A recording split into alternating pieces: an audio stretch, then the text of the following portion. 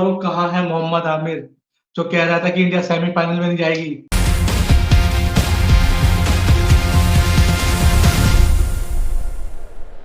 तो फाइनली हम जीत गए हैं और जिस मोमेंट पे इंडिया ने वो आखिरी विकेट लिया ना, मैंने वो कैप्चर नहीं किया। इतनी तेज हम उछले ना, कुछ कह नहीं सकता मैं आपको। मतलब ऐसा धड़कनें तेज हो गई थी बिल्कुल।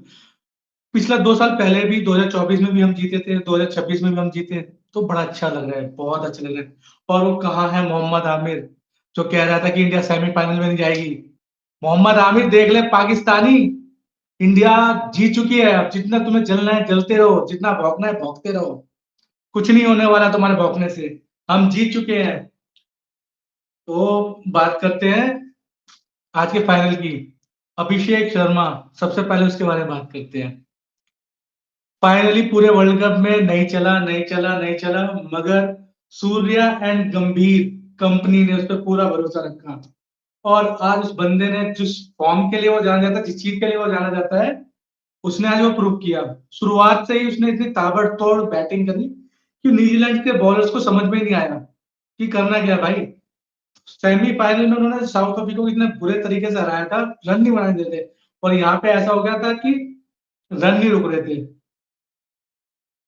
और उसके बाद संजू सैमसन, हेड्स ऑफ है, हेड्स ऑफ संजू सैमसन को। आज भी 89 सेल्फलेस इनिंग्स। अगर वो चाहता तो सिंगल डबल लेके अपनी सेंचुरी पूरी कर सकता था, मगर उसने अपनी सेंचुरी को न चुनकर इंडिया को चुना। आउट हो गया, मगर वो सेल्फलेस पारी। Virtual quarter finals West Indies के अगेंस्ट, फिर उसके बाद सेमीफाइनल, और उसके बाद फाइनल। इस आदमी ने ना सब कुछ बचा के रखा हुआ था। जहां इसको बेंच पे बैठा दिया था कि खिलाना नहीं है, वहां पे एकदम से दोबारा से एंट्री करके इसने इंडिया को वर्ल्ड कप जिता दिया। हेड्स ऑफ है, हेड्स ऑफ। और तीसरा हमारे ईशान किशन जी, बहुत ही बढ़िया, बढ़िया बढ़िया बढ़िया बढ़िया इनिंग्स खेली। जब भी वो आदमी आता है, जब भी आता है वो लगने नहीं देता प्रेशर में, मतलब हट ही जाता है। आके 4 6 रन, सॉरी, रन रेट वो बढ़ा के रखता है, हमेशा बढ़ा के रखता है। और आज भी उसने वो किया। आज टॉप 3 हमारे चले फाइनली।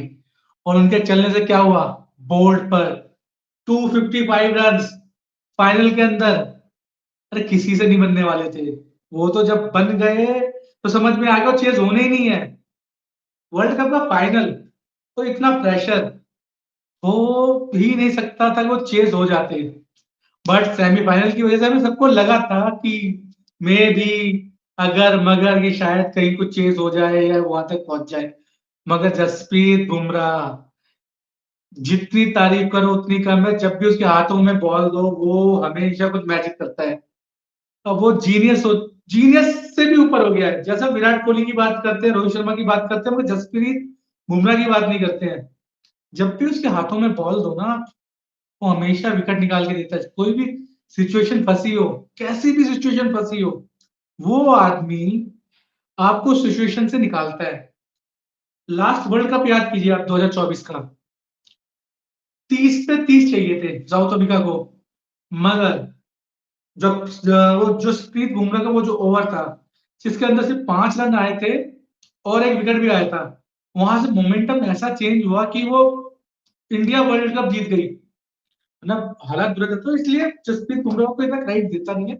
बट वो है, वो सीरियसली अगर आप देखेंगे तो उसकी बहुत ज्यादा रहता है, क्या कहते हैं उसे, इम्पोर्टेंस।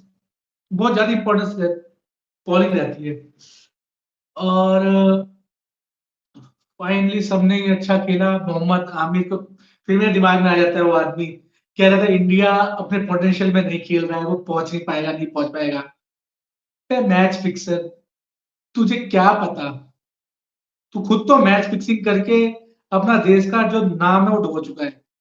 और वही वो चीजें यहाँ सोच रहा था। ये खेला आज इंडिया ने अपने पोटेंशियल के हिसाब से, बैटिंग में भी और बॉलिंग में भी। इसे कहते हैं फुल परफॉर्मेंस। और देख दूसरी टीम का हाल क्या हुआ।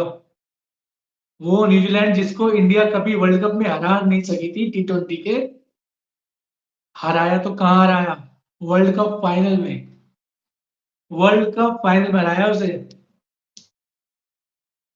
और आगे अब बस यही कहूंगा मैं, finally India won the world cup. और अब आगे जो है आईपीएल आने वाला है,